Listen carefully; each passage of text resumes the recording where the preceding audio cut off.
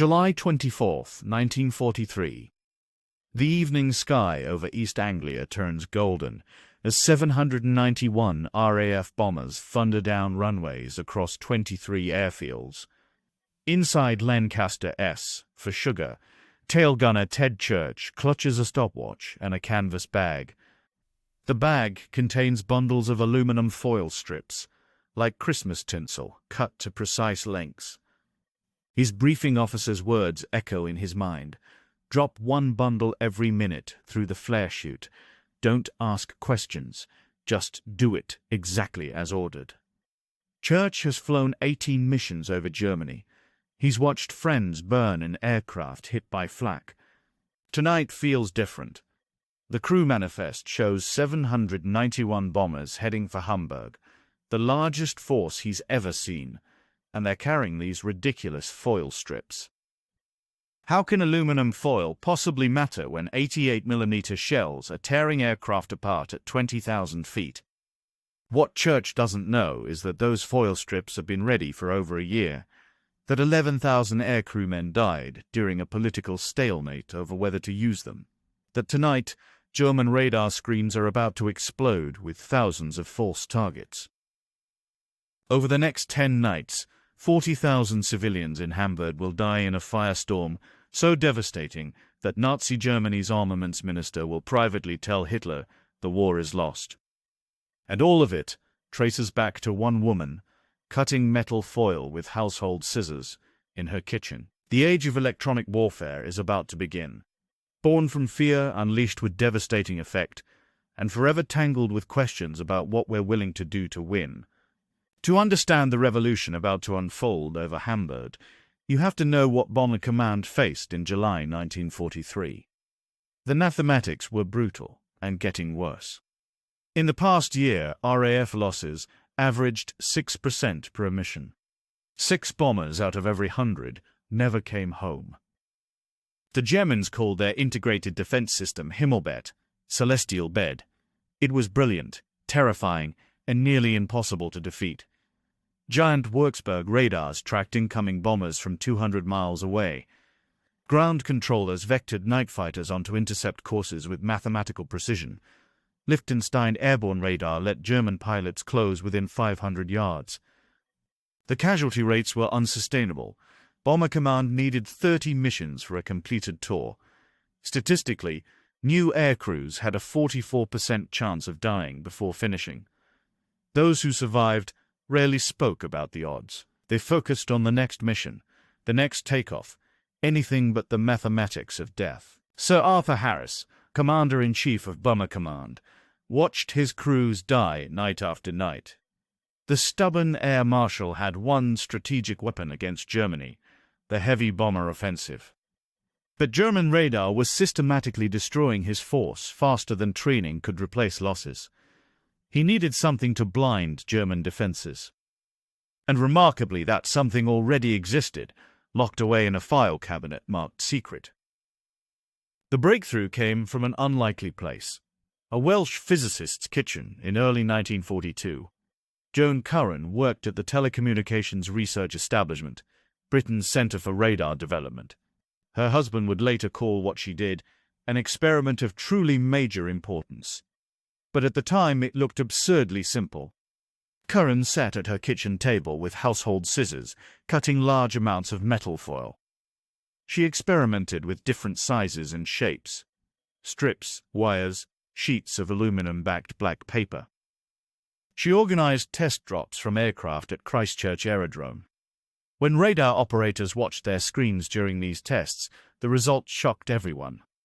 It looked like a large fleet of aircraft had appeared from nowhere. The physics was elegant.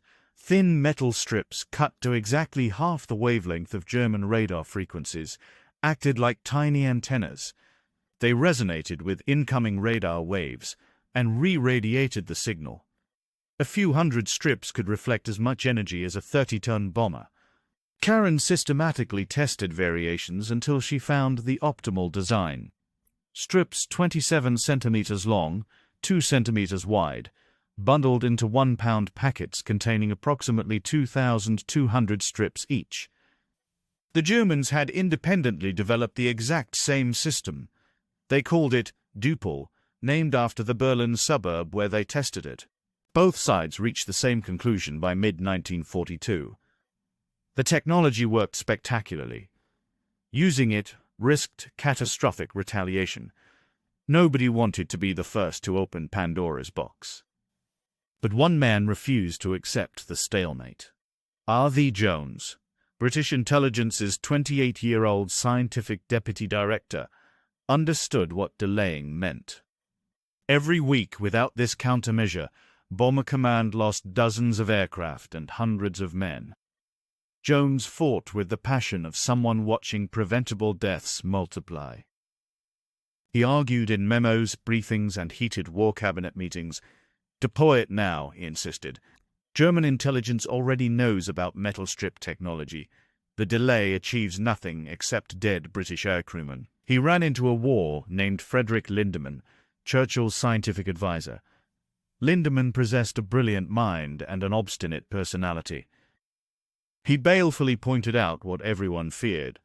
If the RAF used metal strips, the Luftwaffe would immediately copy the technique. German bombers would blind British radar and launch a new blitz against London.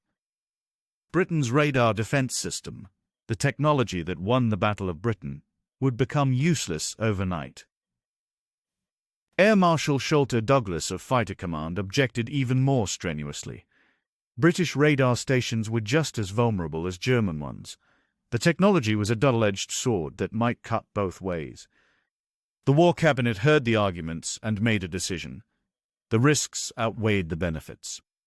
Window, the British codename for the metal strips, would remain locked in file cabinets. Harris pleaded for his crews. He submitted formal requests. He argued the casualty rates were becoming unsustainable. The political debate dragged through all of 1942 and into 1943. Meanwhile, bombers kept burning over Germany.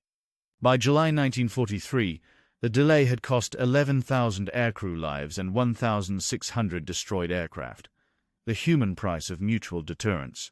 Both sides paralyzed by fear of what the other might do with technology both already possessed. Then the strategic situation shifted. The bulk of the Luftwaffe now operated over Russia, bleeding in Stalin's sky.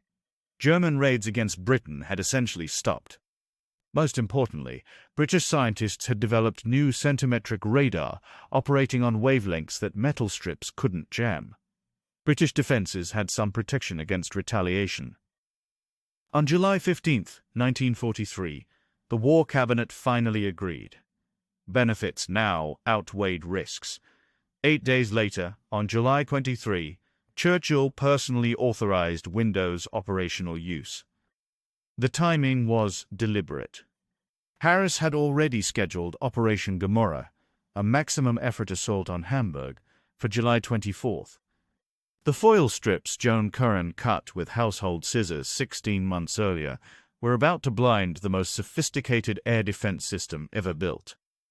As Ted Church's Lancaster crosses into German airspace at 21,000 feet, he starts his stopwatch and drops the first bundle of window through the flare chute.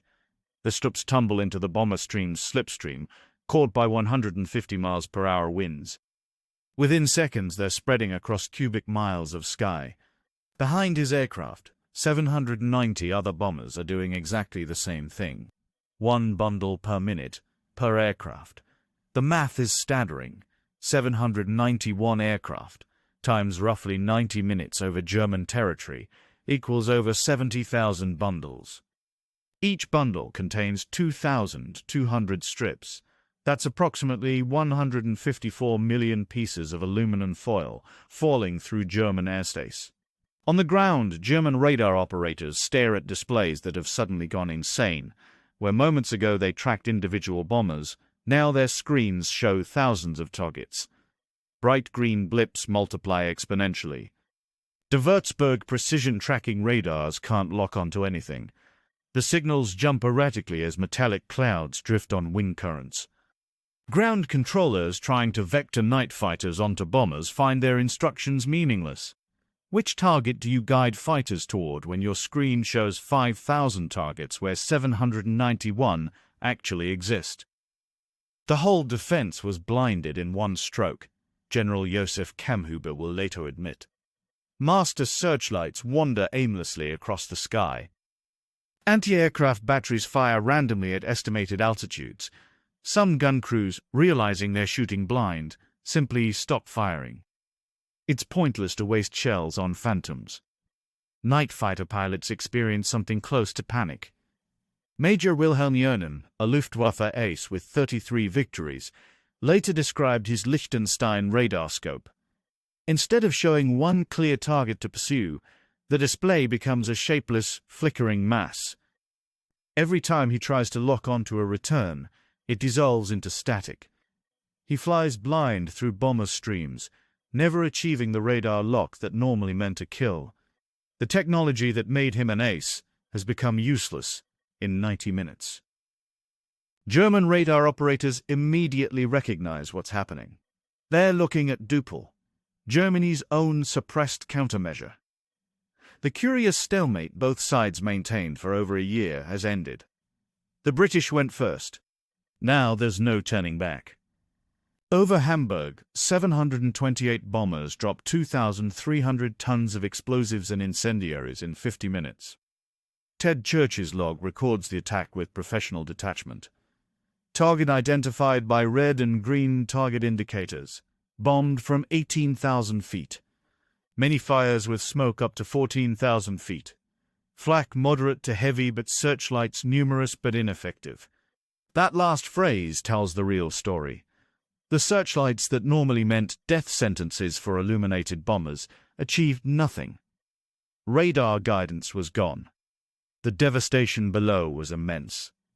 Approximately 1,500 German civilians died that night. Buildings burned, streets filled with rubble.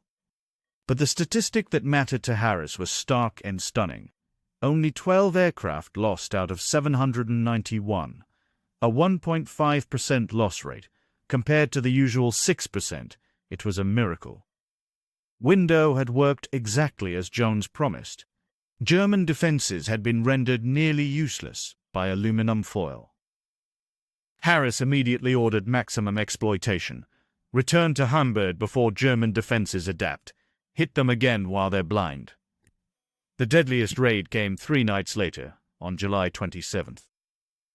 The bomber stream, returning to Hamburg on July 27th, carries a carefully calculated bomb load. The composition wasn't random or improvised. The RE-8 research unit had spent months determining the optimal ratio.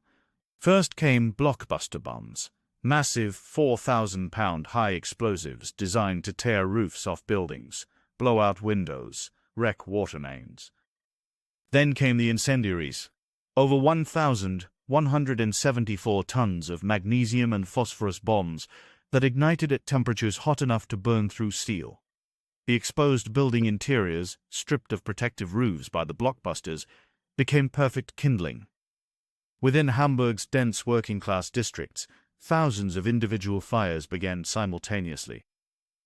The conditions that night were eerily perfect for catastrophe. An unusually hot, dry summer had left the city tinder dry. No rain for weeks. Timber beams in old buildings had lost moisture content. Hamburg's medieval street pattern created channels for wind acceleration. The bombing was extraordinarily concentrated.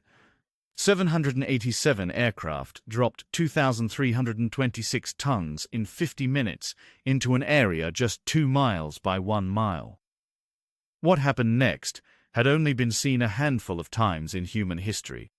A firestorm. Multiple fires merged as superheated air created tremendous upward pressure. Hot air rose explosively, creating intense suction at ground level. While normal weather involves temperature differences of 20 or 30 degrees Celsius, the firestorm created differences of 600 to 1,000 degrees.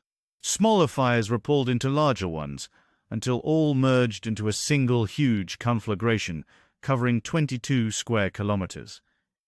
The physics defied comprehension, but the results were documented. Temperatures reached 800 to 1000 degrees Celsius. Winds accelerated to 150 to 170 miles per hour. Hurricane force created not by weather but by combustion.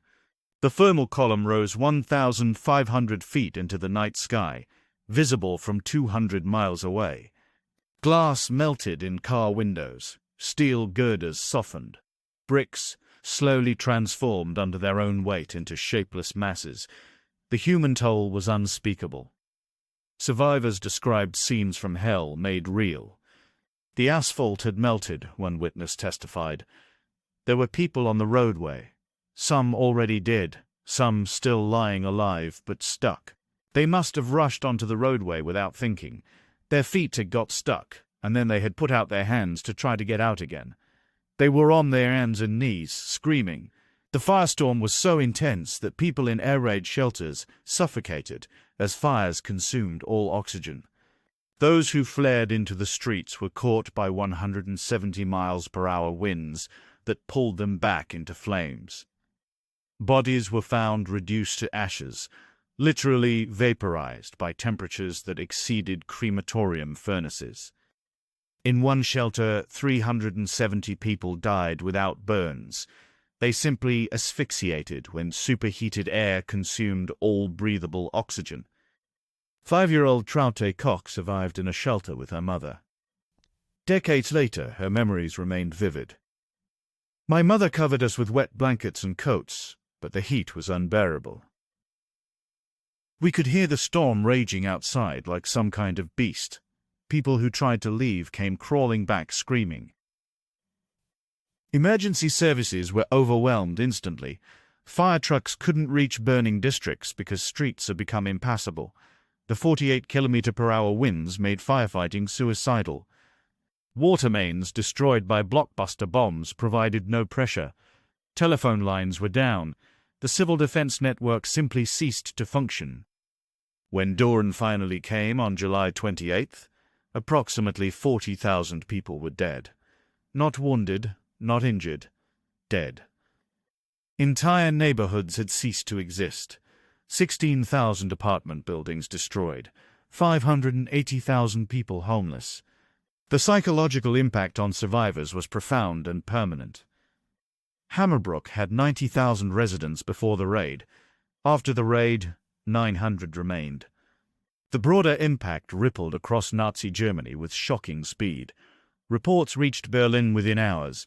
Albert Speer, Hitler's armaments minister, received damage assessments that left him genuinely frightened. He later wrote in his memoirs that Hamburg put the fear of God in him. He told interrogators the bombing made an extraordinary impression. In a private meeting with Hitler, Speer delivered a warning that would prove prophetic. If the Allies conduct 4 or 5 more attacks on this scale against major German cities, he said, Germany's war production will collapse. The Reich cannot sustain Hamburg-level destruction repeatedly. Civilian morale will break. The war will be lost. Field Marshal Milch echoed the panic in a classified memo. If we get just 5 or 6 more attacks like Hamburg, the German people will lay down their tools. Adolf Galland, one of Germany's top fighter aces, observed that after Hamburg could be heard the words, "The war is lost." The German response combined desperation and innovation, but ultimately proved too little, too late. Radar modifications began immediately. The Fug 220 Liechtenstein SN2 radar, operating at longer wavelengths, less affected by chaff, entered crash production programs. But electronics manufacturing was already stretched thin, supporting V-2 rockets and other priority programs. The new radar wouldn't reach operational units until October 1943, 3 crucial months after Windows' introduction. New tactics emerged faster than new technology. Major Howell Herman developed Wild Sow, Wild Boar, single-seat day fighters operating at night without radar. Pilots relied on visual identification of bombers, silhouetted against ground fires.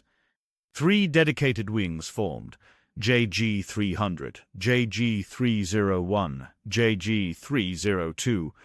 By August, these emergency measures claimed 200 kills. But the price was catastrophic. Day fighters operating at night without proper instrumentation crashed in bad weather. Pilots experienced vertigo in clouds. Icing destroyed engines. The wild boar units suffered 30% losses from accidents alone. By spring 1944, losses exceeded kills. The system was unsustainable. The strategic impact was exactly what Allied planners hoped. By August 1943, 45% of all German fighters were relocated to home defense. Heavy anti-aircraft guns increased by over 25%. Eventually, 25% of all German ammunition went to anti-aircraft units. The Eastern Front and Mediterranean campaigns suffered as aircraft and guns were diverted to defend the Reich. But here's where the story becomes morally complicated. The story everyone tells about Window is the tactical brilliance. Bomber losses dropped from 6% to 1.5%. That reduction saved an estimated 600 heavy bomber crews in Europe and 200 B-29 crews in the Pacific. Approximately 8,000 airmen who lived instead of burning. Each one of those saved crews meant 7 men who returned to families, who had futures, who didn't drown in the North Sea or burn in aircraft wreckage. The story everyone avoids is that Window's introduction enabled the Hamburg firestorm. The 40,000 civilians who died on July 27th died because German radar couldn't mount an effective defense. Joan Curran's household scissors cutting aluminium foil led to both outcomes. The same technology that let Ted Church return safely helped create the inferno that melted asphalt while people screamed. This paradox sits at the heart of Operation Gomorrah. The operation was deliberately named after the biblical city destroyed by divine fire. The bomb mix was scientifically calculated to create maximum destruction. High explosives to expose building interiors, incendiaries to ignite them, delayed action bombs to kill firefighters. The RE-8 research unit built models of German houses to determine optimal ratios. When conditions proved perfect on July 27th, the result was history's first deliberately created urban firestorm. This wasn't an accident or an unintended consequence. It was the explicit goal. Air Marshal Harris, in October 1943, urged the government to state publicly that the aim was the destruction of German cities, the killing of German workers, and the disruption of civilized life throughout Germany. The Air Ministry refused, preferring strategic ambiguity. They spoke about attacking industrial targets and disrupting war production. Harris predicted this dishonesty would lead to deplorable controversies when the facts were fully and generally known. He was absolutely right. The delay in deploying Window created its own separate tragedy. For over a year, scientists at Trey lobbied for the technology's use. R.V. Jones argued repeatedly that Germans already knew about chaff technology. The delay was pointless. During those 16 months of bureaucratic paralysis, 11,000 aircrew members and 1,600 aircraft were lost. The mutual deterrence was real but ultimately irrational. Both sides had independently developed identical technologies. Neither used them, each fearing retaliation. The curious stalemate lasted until strategic calculations changed in spring 1943. Most Luftwaffe bombers operated over Russia. British defences had improved with centimetric radar. Churchill's July 23 authorization ended the paralysis, but couldn't return those 11,000 lost lives. Post-war debates have never resolved these questions. Philosopher A.C. Grayling argued that area bombing violated just war principles of necessity, proportionality, and discrimination. That Hamburg and Hiroshima were no better than the September 11th attacks. Historian Richard Overy wrote that deliberately perfecting techniques to burn cities violated every accepted norm in the conduct of modern warfare. Defenders invoke context that demands consideration. Nazi Germany was conducting industrial genocide. Leonard Cheshire, a bomber command veteran, argued that every day the war lasted, another 10,000 were exterminated in concentration camps. Noble Franklin stated the great immorality open to us in 1948 and 1941 was to lose the war against Hitler's Germany. The Germans bombed Warsaw, Rotterdam, Coventry, and London first. Area bombing was Britain's only means to strike back from 1940 to 1942, when invasion was impossible and Stalin faced Germany alone. The moral calculus of total war against an existential evil doesn't provide easy answers. The effectiveness question intertwines with moral judgment. Post-war assessments found mixed results. Area bombing forced massive German resource diversion, 45% of fighters, 25% of ammunition, but probably didn't shorten the war significantly. The RAF never again achieved Hamburg's concentration and conditions. Albert Speer's warning about 5 more such attacks proved hollow.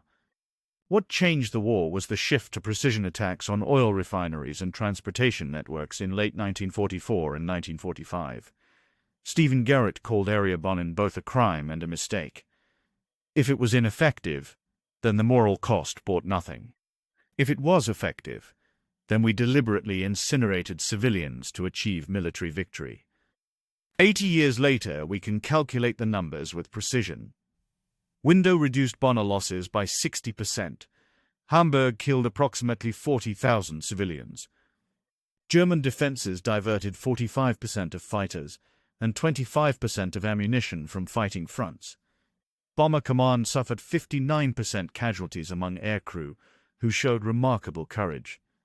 What we cannot calculate is whether the deliberate incineration of Hamburg represented necessary warfare against existential evil, or an atrocity that degrades everyone involved. The aluminum foil that changed the air war on July 24, 1943, still falls through history, glittering with reflected light from fires that never quite go out. Ted Church survived the war. He returned to England, married, raised children. In his later years, he occasionally spoke about his wartime service. He never expressed regret about dropping window. Those foil strips saved his life and the lives of thousands of other aircrew. He saw friends burn in aircraft hit by radar-guided night fighters. But he also never forgot what Hamburg looked like from 18,000 feet, the fires rising to 14,000 feet, the smoke visible for 200 miles. Decades after the war, at a reunion of Bomber Command veterans, someone asked Church if he thought the bombing was justified. His answer captured the impossible moral complexity. "We did what we were ordered to do. We fought an evil that needed defeating. But I'll never be comfortable with what those fires meant for the people below. I suppose that's the price of surviving. You live, but you remember." The lesson of Window isn't just about technological innovation changing warfare. It's about how breakthroughs create impossible choices. Joan Curran, cutting aluminum foil with household scissors, couldn't have imagined where her experiment would lead. To bomber crews saved and cities burned, to tactical triumph and moral catastrophe. The paradox defines our relationship with military innovation. Every advancement that saves lives in one context enables killing in another. Every tactical brilliance creates new ethical dilemmas. Every solution to yesterday's problem becomes tomorrow's moral quandary. The aluminum strips that blinded German radar on July 24, 1943, didn't just change one battle. They revealed a truth about warfare that remains uncomfortably relevant, that the line between salvation and damnation often depends entirely on which side of the explosions you're standing when the fires start to burn.